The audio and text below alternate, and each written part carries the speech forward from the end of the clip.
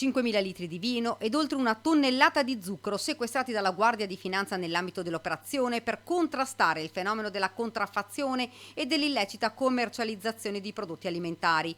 Le Fiamme Gialle hanno intensificato così i controlli lungo le maggiori arterie stradali. Abbiamo individuato in 2 occasioni degli illeciti trasporti di vino. Il problema sta diciamo, nei 2 casi nell'assenza di indicazioni, di etichette. A Codogno è stato fermato il primo camion che trasportava 396 bottiglie di vino bianco prive di etichetta o indicazione di origine, spedite da un'azienda vitivinicola di Conegliano e destinate alla vendita in provincia di Torino. Immediati controlli all'azienda mittente al fine di accertare il rispetto della normativa di settore. Le Fiamme Gialle hanno sequestrato altri 3.500 litri di vino imbottigliato ed oltre 1 tonnellata di zucchero che non rispettavano la normativa di settore. Lo zucchero negli stabilimenti vinicoli può essere detenuto fino a un massimo di 10 kg. Quindi questo proprio per evitare appunto che venga impiegato senza controlli e massivamente, ecco, nella produzione di vino. Chiaramente il quantitativo individuato nel primo caso è di gran lunga superiore ai 10 kg previsti dalla normativa di settore.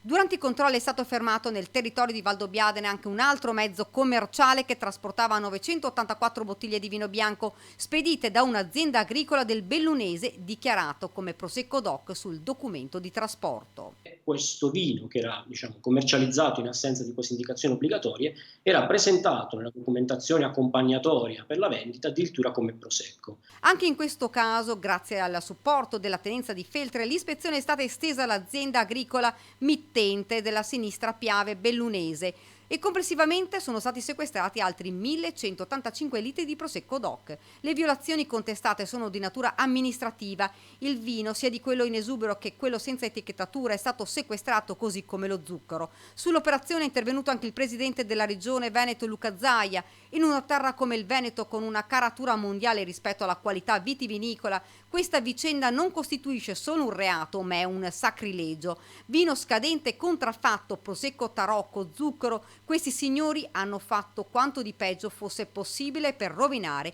il buon nome della produzione vinicola veneta.